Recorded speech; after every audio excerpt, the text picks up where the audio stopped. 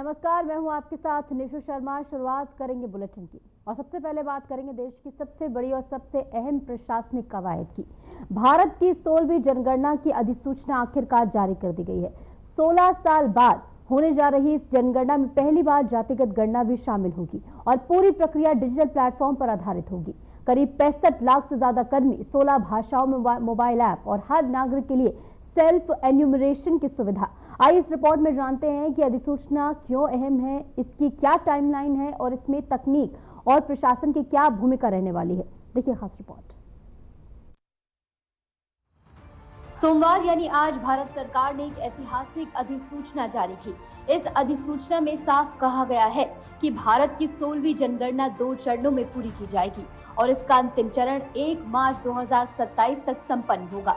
ये स्वतंत्र भारत की 8वीं और कुल 16वीं जनगणना होगी। इससे पहले रविवार को केंद्रीय गृह मंत्री अमित शाह ने वरिष्ठ अधिकारियों के साथ जनगणना की तैयारियों की समीक्षा भी की। बैठक में गृह सचिव गोविंद मोहन, जनगणना आयुक्त मृत्युंजय कुमार नारायण सहित उच्च अधिकारियों ने भाग लिया। ये जनगणना इतिहास में पहली बार पूरी तरह डिजिटल होगी। इसके लिए 16 भाषाओं में एक विशेष मोबाइल एप्लीकेशन तैयार किया जा रहा है, जिसमें डेटा कलेक्शन, वेरिफिकेशन और प्रोसेसिंग सभी कुछ होगा। यही नहीं, आम नागरिकों को सेल्फ एन्यूमरेशन यानी स्व गणना की सुविधा भी दी जाएगी, जिससे वह खुद अपने और अपने परिवार के विवरण ऑनलाइन दर्ज करा सकेंगे। इस पूरे प्रोसेस के दौरान डाटा सुरक्षा को सर्वोच्च प्राथमिकता दी जाएगी। संग्रह, प्रसारण और भंडारण के दौरान सुरक्षा मानकों का पूरा पालन होगा। इस विशालकाय अभियान के लिए लगभग 34 लाख गणक और सुपरवाइजर तथा 1.3 लाख से अधिक जनगणना अधिकारी नियुक्त किए जाएंगे। ये सभी कर्मचारी मोबाइल डिवाइसेस, टैबलेट और डिजिटल प्लेटफॉर्म से लैस होंगे। इस बार हर कर्मी को तकनीकी प्रशिक्षण भी दिया जाएगा ताकि वह ऐप के जरिए डेटा कलेक्शन में कुशल रहे। जनगणना का ये डिजिटल स्वरूप केंद्र और राज्यों के बीच रियल टाइम कोऑर्डिनेशन को भी संभव बनाएगा। बता दें कि जनगणना 2 चरणों में की जाएगी। पहला चरण होगा मकान सूचीकरण और आवास गणना यानी कि HLO, जिसमें परिवार की आवासीय स्थिति, संपत्ति और सुविधाओं का विवरण लिया जाएगा। और दूसरा चरण होगा जनसंख्या गणना, जिसमें हर व्यक्ति का जन्म स्थान, लिंग, जाति, शिक्षा, रोजगार, भाषा, विकलांगता, धर्म जैसे सूक्ष्म विवरण एकत्र किए जाएंगे। जातिगत जनगणना भी इस बार शामिल की जा रही है और ये इतिहास में पहली बार हो रहा है। देश के गैर समकालीन क्षेत्रों जैसे कि जम्मू कश्मीर, लद्दाख, हिमाचल प्रदेश और उत्तराखंड में जनगणना का काम 1 अक्टूबर 2026 से शुरू किया जाएगा। वहीं देश के बाकी सभी हिस्सों में 1 मार्च 2027 से अंतिम चरण की शुरुआत होगी। ये 2 समय सारणियां इस बात को ध्यान में रखकर तय की गई हैं कि कुछ क्षेत्रों में मौसमी परिस्थितियां जनगणना कार्य में बाधा बन सकती हैं। ये जानना भी जरूरी है कि पिछली जनगणना वर्ष 2011 में हुई थी। अब जब 2027 में अगली जनगणना होगी, तब तक देश की सामाजिक और आर्थिक संरचना में भारी बदलाव आ चुके होंगे। जनसंख्या का स्वरूप, रोजगार के पैटर्न, शहरीकरण, डिजिटल साक्षरता सभी कुछ बदल चुका है। ऐसे में इस नई जनगणना के आंकड़े, नीति निर्माण, बजट आवंटन, योजनाओं की प्राथमिकता तय करने जैसे तमाम पहलुओं के लिए निर्णायक होंगे। ये डेटा सरकार को बताएगा कि देश कहाँ है और आखिर कहाँ जाना है। जनगणना केवल आंकड़े नहीं, ये सरकार की कार्य क्षमता और विश्वास की भी परीक्षा होती है। हर घर तक पहुंचना, सटीक जानकारी लेना, तकनीकी समस्याओं से निपटना, साइबर सुरक्षा बनाए रखना, ये सभी चुनौतियां इस बार ज्यादा बड़ी होंगी। लेकिन अगर ये प्रक्रिया सफल होती है तो भारत को मिलेगा अपना सबसे अद्यतन, सबसे व्यापक और सबसे भरोसेमंद सामाजिक आर्थिक आईना। और फिलहाल अधिसूचना जारी हो चुकी है। अब घड़ी की सुइयां गिनती की ओर चल पड़ी है। जनगणना 2027 एक तकनीकी, सामाजिक और प्रशासनिक मिशन जो सिर्फ सरकार के लिए नहीं, हर नागरिक के लिए महत्वपूर्ण है। Bureau report, RN TV। और अब बात करेंगे बिहार की, जहां राजनीति एक बार फिर बदलते समीकरण के दौर से गुजर रही है। लेकिन इस बार चुनावी जमीन पर सिर्फ दल और चेहरे नहीं, बल्कि विचार और संगठन भी जूझ रहे हैं। जाति समीकरण जहां राजनीतिक दलों के एजेंडे तय कर रहे हैं, तो वहीं राष्ट्रीय स्वयंसेवक संघ यानी कि RSS के सामने सबसे बड़ी चुनौती यही है कि जातीय राजनीति यहां पर बनानी है। संघ ने कमर कस ली है और संघ प्रमुख मोहन भागवत भी इस साल 2 बार बिहार का दौरा कर चुके हैं, लेकिन इस बार बिहार चुनाव में लड़ाई सिर्फ मतों की नहीं, जमीन पर पैठ की भी होगी। देखिए खास रिपोर्ट।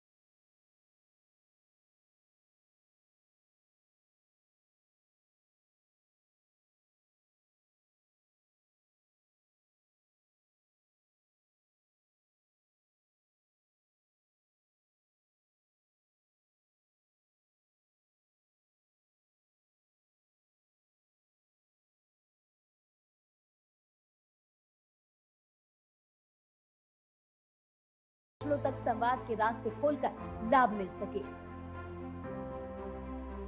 बिहार में जंग आरंभ हो चुकी है, लेकिन ये सिर्फ दलों के बीच नहीं, विचारों के बीच भी है।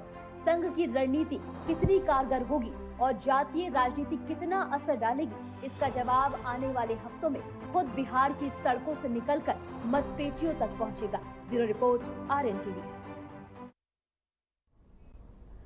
छत्तीसगढ़ सरकार ने प्रदेश में पड़ रही भीषण गर्मी की वजह से छात्रों और अभिभावकों को बड़ी राहत दी है। स्कूलों के टाइम टेबल में बदलाव किया गया है। जारी आदेश के मुताबिक शिक्षा सत्र 2025 से 26 के लिए शासकीय अनुदान प्राप्त और गैर अनुदान प्राप्त और इसी के साथ प्राइवेट स्कूलों की कक्षाएं 16 जून यानी कि आज से शुरू हो चुकी हैं।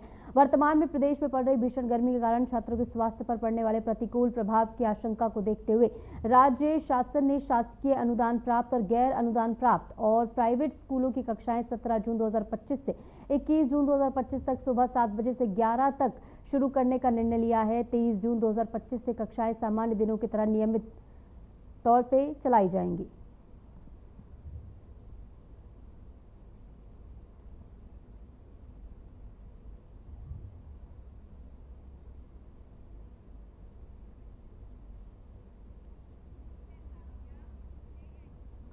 लखनऊ के अमोसी एयरपोर्ट पर एक बड़ा हादसा होने से टल गया। हज यात्रियों से भरे सऊदी अरबिया एयरलाइंस के विमान के बाएं पहिए में आग लगने से अफरा तफरी मच गई। विमान जेद्दा से 242 यात्रियों को लेकर लखनऊ पहुंचा था। टैक्सीवे पर जाते समय विमान के पहिए से चिंगारी और धुआं निकलता देखा गया, लेकिन तत्काल कार्रवाई और एयरपोर्ट की मुस्तैदी से एक बड़ा हादसा होने से यहां पर टल गया है। लेकिन इस घटना के बाद लोगों में डर का माहौल है। रिपोर्ट देखिए। रविवार सुबह का वक्त था। घड़ी में सुबह के करीब 6:30 बज रहे थे। लखनऊ के चौधरी चरण सिंह इंटरनेशनल एयरपोर्ट पर सऊदी अरबिया एयरलाइंस की फ्लाइट SV3112 जेद्दा से 242 हज यात्रियों को लेकर लैंड कर चुकी थी। लैंडिंग सामान्य रही। रनवे पर उतरने के बाद विमान टैक्सी वे की ओर बढ़ रहा था, लेकिन तभी एयर ट्रैफिक कंट्रोल टावर और ग्राउंड स्टाफ की नजरें ठिठक गई। विमान के बाएं पहिए के पास से चिंगारी उठती नजर आई और उसके बाद घना धुआं फैल गया। पायलट ने तत्काल ATC को अलर्ट किया। कोई देरी किए बिना एयरपोर्ट की फायर सेफ्टी यूनिट की टीमें हरकत में आ गई। टैक्सी वे पर विमान को रोका गया और फायर ब्रिगेड की 2 यूनिट्स ने महज 20 मिनट के भीतर फोम और पानी की मदद से स्थिति पर काबू पा लिया। लेकिन इस दौरान विमान के भीतर मौजूद 242 हज यात्रियों की सांसें अटक चुकी थी। उन्हें इस तकनीकी गड़बड़ी की जानकारी जैसे ही मिली, उनके चेहरों पर चिंता साफ झलकने लगी। कई लोग दहशत में थे तो कुछ प्रार्थना कर रहे थे।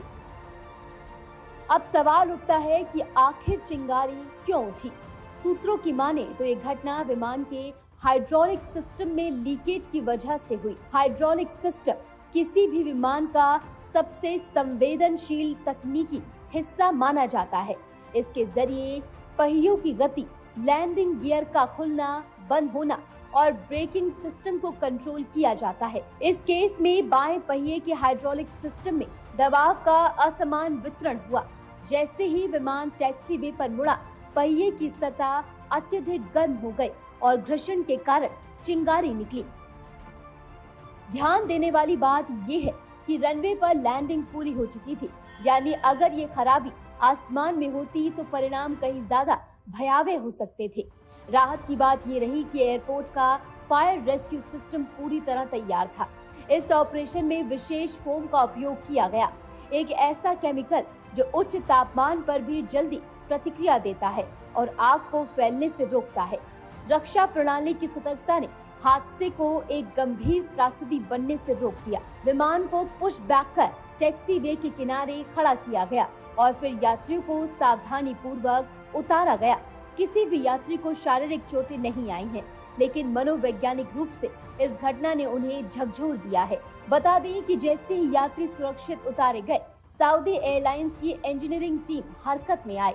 बोइंग एयरक्राफ्ट में इस्तेमाल होने वाले हाइड्रोलिक फ्लूइड के लीकेज की पुष्टि हुई। विशेषज्ञों का मानना है कि लीकेज पहले से हो सकता था, लेकिन जेद्दा से लखनऊ की उड़ान में प्रेशर और टेम्परेचर की वजह से इसकी तीव्रता बढ़ी। घटना के 10 घंटे बाद भी देर शाम तक विमान की मरम्मत पूरी नहीं हो सकी थी। एयरलाइंस की टीम ने ये भी स्पष्ट किया कि विमान खाली होकर वापस जेद्दा भेजा जाएगा, यानी यात्रियों की सुरक्षा के लिहाज से ये एक संतोषजनक पहलू था। ड्रीमलाइनर विमान हादसे के बाद पूरा देश सहमा हुआ है और इसलिए ये सवाल उठना भी लाजमी है कि क्या टेक्निकल स्टाफ ने समय रहते विमान का पूरी तरह से निरीक्षण किया था। अंतर्राष्ट्रीय उड़ान में टेक ऑफ से पहले और बाद में विस्तृत तकनीकी जांच एक बाध्यता होती है। और क्या एयरलाइंस द्वारा यात्रियों को पर्याप्त जानकारी दी गई? कुछ यात्रियों का कहना है कि उन्हें शुरुआत में कुछ भी नहीं बताया गया, जिससे घबराहट और बढ़ी।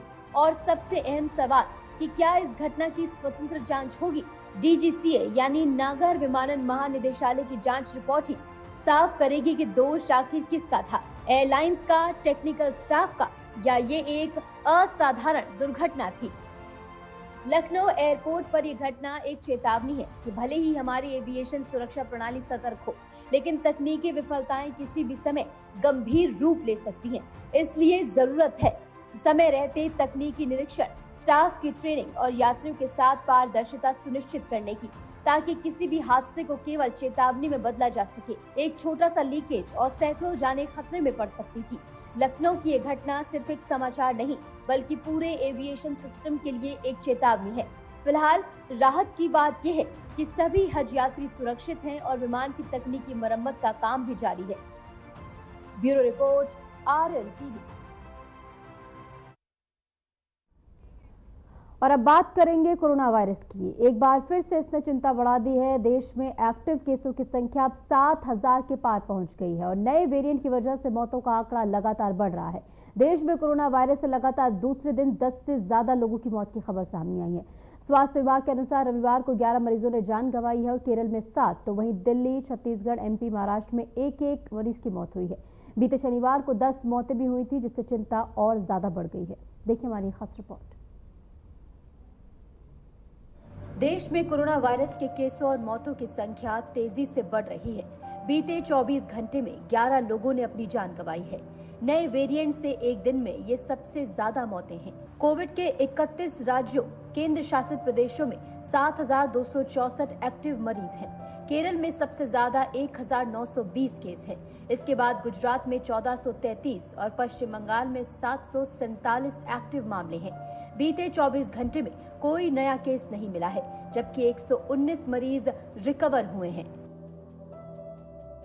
मध्य प्रदेश के जबलपुर में रविवार को बच्चे को जन्म देने के एक दिन बाद महिला, जिनकी उम्र 27 वर्ष बताई जा रही है, कोविड से उनकी मौत हो गई। कोरोना के नए वेरिएंट से जनवरी 2025 से अब तक कुल 108 मौतें हो चुकी हैं।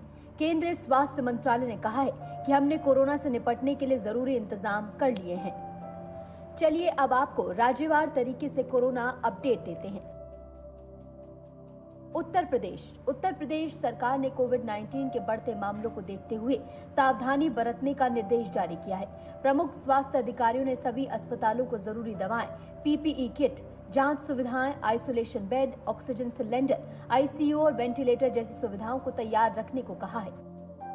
महाराष्ट्र राज्य में रविवार को कोरोना के 40 नए केस मिले। बीते 24 घंटे में 47 साल के मरीज ने अपनी जान गंवाई है। वहीं शनिवार को राज्य में 2 मरीजों की मौत हुई है। केरल स्वास्थ्य विभाग ने अस्पतालों को कोविड-19 और इन्फ्लुएंजा के लक्षणों वाले मरीजों का इलाज करते समय जून 2023 में जारी की गई कोविड गाइडलाइन पालन करने के निर्देश दिए हैं। अस्पतालों में सभी को मास्क लगाना अनिवार्य है। साथ ही जुकाम, खांसी, बुखार जैसे लक्षण वाले मरीजों का कोविड टेस्ट अनिवार्य कर दिया गया है। कर्नाटक में Gulbarga institute of medical sciences ने भी 25 बेड का कोविड वार्ड बनाया है।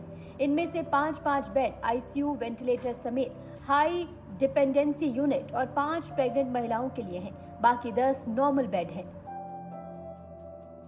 भारत के कई राज्यों में कोविड-19 के मामलों में बढ़ोतरी के बीच देश में 4 नए वेरिएंट मिले हैं।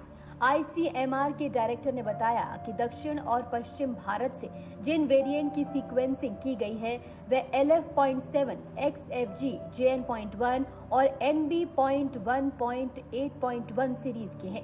बाकी जगहों से नमूने लेकर सीक्वेंसिंग की जा रही है ताकि नए वेरिएंट की जांच की जा सके। मामले बहुत गंभीर नहीं हैं। लोगों को चिंता नहीं, बस सतर्क रहने को कहा गया है। वर्ल्ड हेल्थ ऑर्गेनाइजेशन यानी कि WHO ने भी इन्हें चिंताजनक नहीं माना है। हालांकि निगरानी में रखे गए वेरिएंट के रूप में कैटेगराइज किया गया है। चीन सहित एशिया के दूसरे देशों में कोविड के बढ़ते मामलों में यही वेरिएंट दिख रहे हैं। NB.1.8.1 के A435S, V445H और T478I जैसे स्पाइक प्रोटीन म्यूटेशन अन्य वेरिएंट की तुलना में तेजी से फैलते हैं। इन पर कोविड के खिलाफ बनी इम्यूनिटी का भी असर नहीं होता। भारत में कोविड का JN.1 वेरिएंट सबसे आम है। टेस्टिंग में आधे से ज्यादा सैंपल्स में ये वेरिएंट मिलता है। इसके बाद BA.2 और ओमिक्रॉन सबलाइनेज वेरिएंट के मामले भी मिलते हैं। चलिए अब आपको JN.1 वेरिएंट के बारे में बताते हैं। JN.1 वेरिएंट इम्यूनिटी कमजोर करता है। JN.1 ओमिक्रॉन के BA.2.86 का एक स्ट्रेन है। इसे अगस्त 2023 में पहली बार देखा गया था। दिसंबर 2023 में WHO ने इसे वेरिएंट ऑफ इंटरेस्ट घोषित किया। इसमें करीब 30 म्यूटेशंस हैं जो इम्यूनिटी कमजोर करते हैं। अमेरिका के जॉन्स हॉपकिंस यूनिवर्सिटी के अनुसार JN.1 अन्य वेरिएंट की तुलना में ज्यादा आसानी से फैलता है, लेकिन ये बहुत गंभीर नहीं है। दुनिया के कई हिस्सों में ये सबसे आम वेरिएंट भी बना हुआ है। JN.1 वेरिएंट के लक्षण कुछ दिनों से लेकर हफ्तों तक रह सकते हैं। अगर आपके लक्षण लंबे समय तक बने रहते हैं तो हो सकता है कि आपको लंबे समय तक रहने वाला कोविड हो। ये एक ऐसी स्थिति है जिसमें कोविड-19 के कुछ लक्षण ठीक होने के बाद भी बने रहते हैं। वैज्ञानिकों ने बताया कि कोविड-19 अब एंडेमिक यानी स्थायी हो चुका है और इसके हल्के संक्रमण समय समय पर आते रहेंगे, लेकिन घबराने की कोई जरूरत नहीं है। 5 जून को देश भर के अस्पतालों में मॉक ड्रिल की गई ताकि ऑक्सीजन, वेंटिलेटर, आइसोलेशन बेड और जरूरी दवाओं की उपलब्धता सुनिश्चित की जा सके। 2 और 3 जून को स्वास्थ्य महानिदेशक डॉक्टर सुनीता शर्मा की अध्यक्षता में तकनीकी समीक्षा बैठकें हुई, जिनमें राज्य और आपदा प्रबंधन एजेंसियों के साथ तैयारियों की समीक्षा की गई। स्वास्थ्य अधिकारी इन्फ्लुएंजा जैसे लक्षणों और गंभीर तीव्र श्वसन संक्रमण पर नजर रख रहे हैं। सारी के सभी मामलों और ILI के 5% मामलों की टेस्टिंग की जा रही है। पॉजिटिव सारी सैंपल को जीनोम सीक्वेंसिंग के लिए ICMR VRDL नेटवर्क को भेजा जा रहा है। विश्व स्वास्थ्य संगठन यानी कि WHO ने मई 2023 में कोविड-19 को पब्लिक हेल्थ इमरजेंसी से बाहर घोषित कर दिया था। अब विशेषज्ञ इसे मौसमी, स्थान विशिष्ट और सीमित रूप में रहने वाला रोग मान रहे हैं।